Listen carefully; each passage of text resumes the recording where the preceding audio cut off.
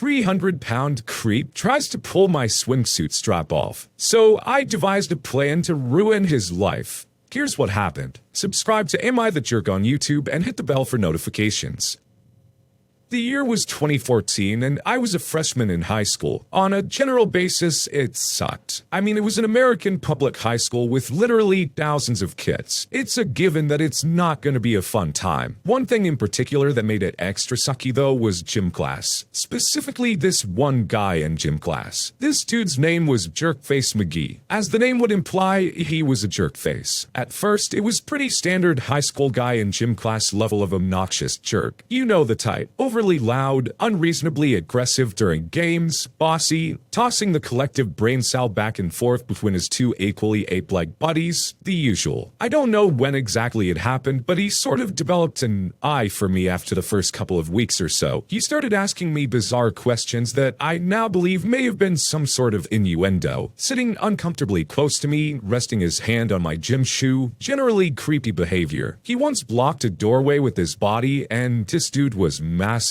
forcing me to literally squeeze my way through and crawl over it. He then tried to grab me and pin me to him once I was almost through, but I'm very good at dodging physical contact whenever possible, and dipped on him before his giant gorilla arm could catch me. I still shudder thinking about it. I cannot emphasize enough how terrible this dude smelled, but the true breaking point came during the peak cruelty of this school-mandated sadism, gym swim. Before anyone asks, let it be known that yes, I did try to tell someone about this. I told my gym teacher first semester really early on that jerk was making me incredibly uncomfortable. The gym teacher waved it off, saying he was just playing around and that it's probably because he likes you. This suggestion was basically just to put up with it and wait it out because he was sure jerk would lose interest soon anyways. Spoiler alert, he didn't. Second semester rolls around and the 4-week period of gym swim descends upon us like the bloated carcass of a catapulted whale, crushing us beneath its wet, foul-smelling body. 40-some-odd adolescents forced into a cold, overly chlorinated pool for 50-plus minutes, adorned in swimsuits determined to crawl up our butts like Ant-Man himself. Basically, it was miserable. As I've mentioned in a previous post, I'm autistic, so the echoing sounds, reflected fluorescent lights, pungent odors, slimy floors, and assorted BS made the situation even worse for me. I wasn't officially diagnosed yet, so my complaints were written off as me being whiny, and I was told to shut up and deal with it. So I did. I think I had more meltdowns in that 4-week span than I've had in the past 2 years combined, but whatever. On top of the sensory overload, there was jerk. I think something about being allowed to go shirtless and stare at the nearly bare butts of girls for an entire period emboldened him, because jerk promptly lost whatever semblance of restraint he'd had until then. He made frequent attempts to grab me, trying to hold me against his bare skin, which was disgusting, and I spent most of the class trying to abate him. The swimsuit I was forced to wear fit a little awkwardly around my chest, which he was delighted in pointing out to his buddies. Staring unabashedly at my breasts, he managed to sneak up behind me and snap the strap of my swimsuit, even trying to pull it down off my shoulder, but I jerked away fast enough to prevent that. I was furious at this point, but I'm like 5'2", maybe, whereas he was easily over 6'5" and probably 300 plus pounds, so I'm not stupid. While all of this was happening, my new gym teacher, they switched every semester, was busy trying to keep a couple of the other guys from drowning each other. She was one adult forced to watch over 40 rowdy kids in a swimming pool. She was a bit preoccupied. The final straw came one Wednesday afternoon, the event that finally pushed me off the edge of the rationality I've been clinging to and sent me plumbing into a full-on bloodthirst. There I was, paddling around, minding my own business, when Jerk and his two goons managed to corner me. I'm immediately suspicious, hackles raised, as they ask me fairly bland questions about how the pool is today and the like. Sniggering the whole time, I give short, terse answers, trying to see if I could maybe slip past them. I see an opening and bolt for it, but Jerk was apparently expecting this. As I swim through the narrow gap between him and one of his friends, he stretches out his arm and actually manages to slip his hand under my suit coat and grabbed me. I froze for a moment. The delighted giggling of him and his friends echoed in my ears as if from 1,000 miles away. The next thing I knew, I was out of the pool, being held back by the gym teacher, and Jerk had a bloody nose. He was shouting angrily at me, calling me a crazy B-word. As his nose gushed blood into the water, there was mass confusion among the class. I was told to change quickly and sit in the hall. Apparently the gym teacher had heard me screech like a banshee, followed by a number of shouts, and had looked over to see me wrestle out of Jack's grip, jump on his back, and throw him off balance enough to smash his face into the edge of the pool wall. I remembered none of this, but I did find a few chunks of greasy brown hair clenched in my fist that I'd evidently ripped from his scalp when the teacher pulled me off. I washed my hands thoroughly. It was decided that I'd go in early to school tomorrow to have a little talk with the dean. They would have just sent me there straight away, but gym was my last class of the day, and the dean had already left by then for whatever reason, so it had to be postponed a little while. It was pretty heavily implied that I was going to be suspended or quite possibly even expelled for what had happened. I was furious. Not only had Jack made my life miserable, but his horsing around was now going to be the cause of my expulsion. I wasn't going down without a fight, but I realized I'd have to play this pretty smart if I wanted to weasel out of it. The next morning, I did two things. I put on mascara and I made a superficial but rather painful incision on my right thigh, high enough so as to be covered by my shorts. Normally, I hate wearing makeup because I don't like the way it feels, but I'd worn mascara before and noticed the interesting effect it had on my appearance. Specifically, I already have pretty long, pretty dark eyelashes, so adding mascara draws a lot of attention to my eyes and makes them look huge, like total Bambi, eyes wide, innocent, naive, and harmless. I sat down in front of the dean at 6:40 a.m. I didn't need to fake the fear in my expression, but I made sure to throw in something that could be interpreted as guilt too, bowing my head and twisting my face in dismay. Needless to say, the dean was pretty ticked. "Do you know why you're here, young lady?" "Yes." "And do you know what you did is very serious?"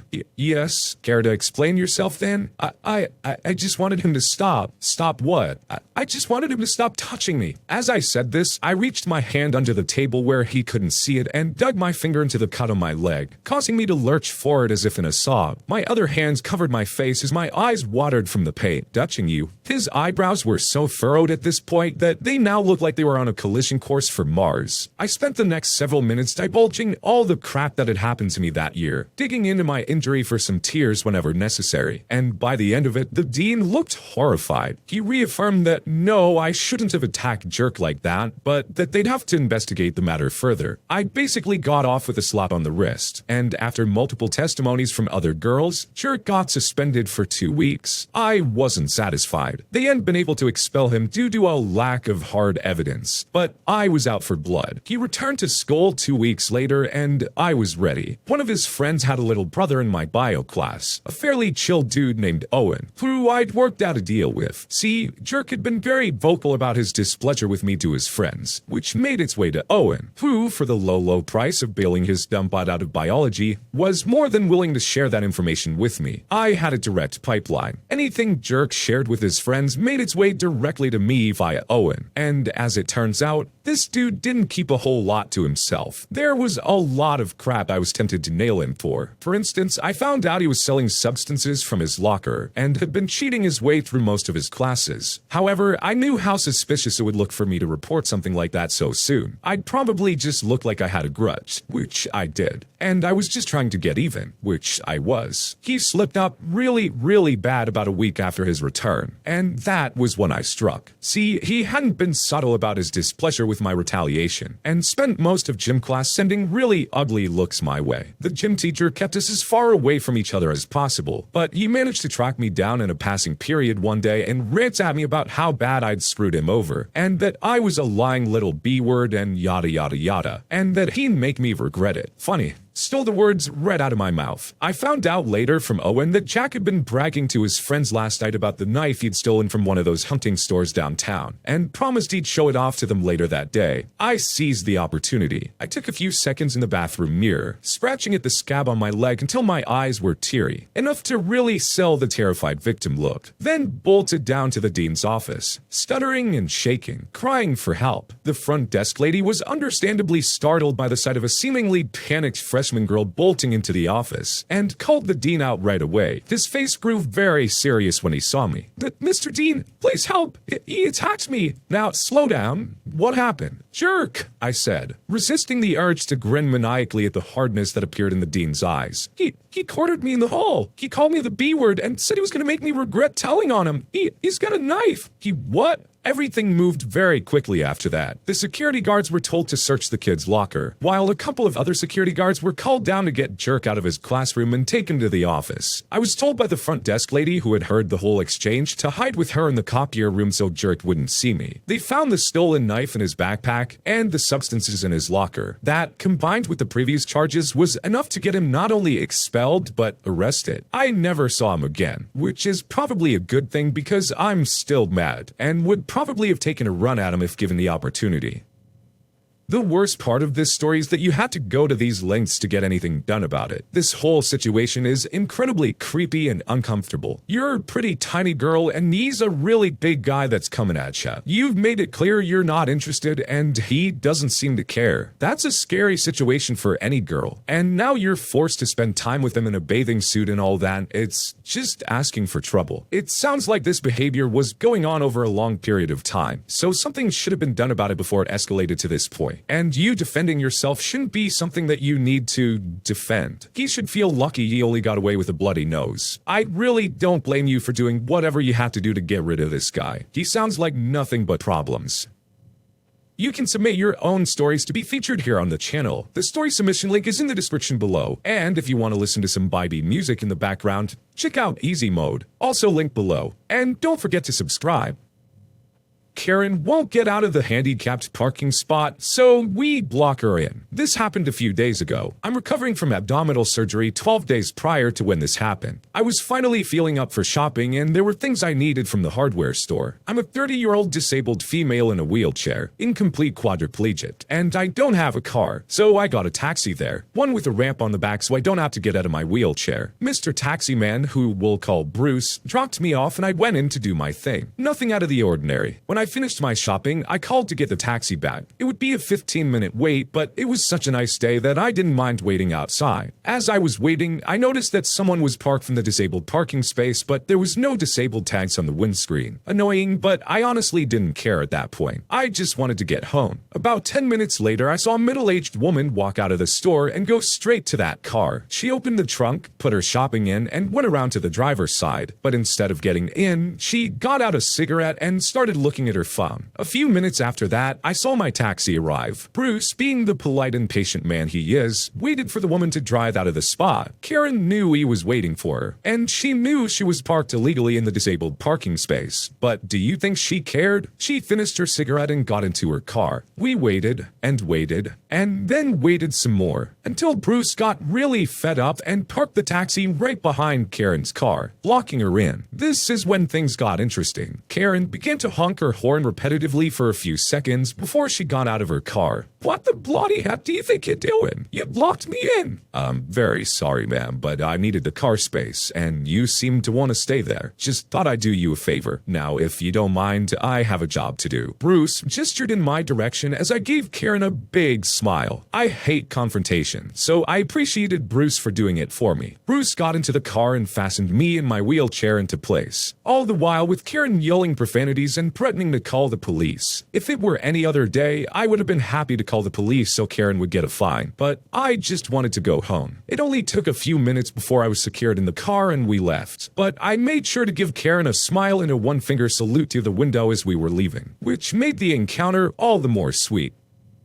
We've gone over ones like this in the past. Don't park in disabled parking if you don't need it, guys. Now, apparently this lady was middle-aged, so maybe she did have a reason for initially needing this spot. Whether she was technically allowed to park there or not, the jerk part comes in when she knew the spot was needed and decided to stand around and have a cigarette instead. There was no reason for you to still be using that space. You knew it was needed and chose not to move. You're choosing to be a jerk. Like our original poster said, you're lucky she didn't have more time to waste, or maybe you would have had a ticket on your hands as well. I think you should just call it a win. You got off easy, honestly.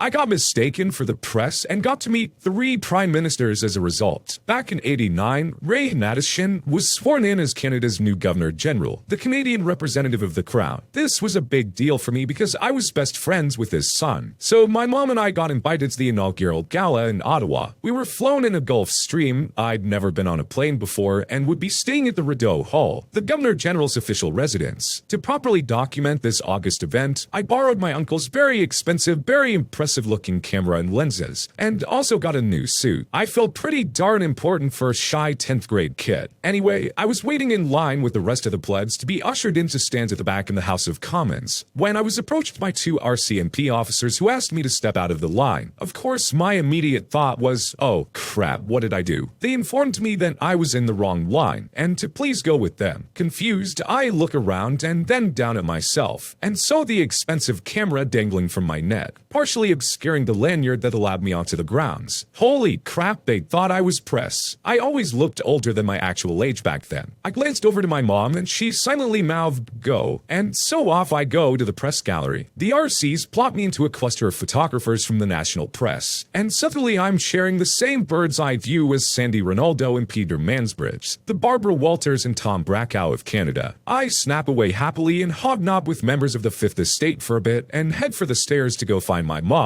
Once again, I'm stopped by the RCs. Well, the jig is up, I thought. Sir, the press conferences are through the other exit behind you. What the what? Once again, I'm led into another room I have no business being in, and in the span of 20 minutes, I met Trudeau, Mulroney, Chrétien, Bouchard, Turner, Clark, and a pack of others. These names might not mean much to non-Canadians, but trust me, these were some of the biggest, hachiest honchos in Canadian politics for 3 decades. The only ones who knew I didn't belong were Ray himself and Roy Romanow, my province's future premier. They just did a double take and thought the whole thing was hilarious. Never ratted me out. Classy guys. So there you go. 3 prime ministers. 1 former, 1 current, and 1 future. All because I didn't own my own camera. I feel like somebody could have lost their job for this. This could have been a major security issue if this wasn't just some harmless 10th grade kid. Let's put that aside though and just accept that this kid got to do something not a lot of other people get to do. Being Canadian myself, I can confirm that there were quite a few big names there. At the very least, a lot of you may have heard of Trudeau. Our current Prime Minister is Justin Trudeau. The Trudeau they're referring to here was his father Pierre. But either way, we've got some big names in Canadian politics here. As our original poster said, not 1, not 2, but 3 prime ministers were met during this encounter. You know that's something you're gonna remember for the rest of your life. I gave beer to my 3-year-old niece. Yeah, it sounds bad, but it really was an innocent thing. I was at a cookout with my wife's family, and I just opened up a cold one. My wife's 3-year-old niece asked me what I was drinking, and I told her it was beer. She asked to taste it, so I poured like 1/10 of a sip into a plastic cup, thinking it would be too bitter for her. But, well, she liked it. She wanted more, and I told her it was a grown-up drink, but it was too late. She ran around demanding to drink more beer for the entire cookout. She wouldn't eat anything, just demanded beer, and they had to put her in a timeout. Anyway, the in-laws are mad now, and the wife isn't happy. So, am I the jerk? Okay, well, I might understand initially wanting to do it just to see her reaction. You gotta know that that's not a good idea. Your adult judgment should have kicked in at that point. No matter what way you slice it, it doesn't sound good. When you start the story off with a "yeah, it sounds bad," you already know you messed up. When you subscribe, make sure to hit the bell to turn on notifications. Put the playlist on in the background to finish listening to all the stories. Or if you want some vibey music to put on in the background, check out Easy Mode. If you like Am I the Jerk, give Am I the Genius a shot. Everything linked in the description.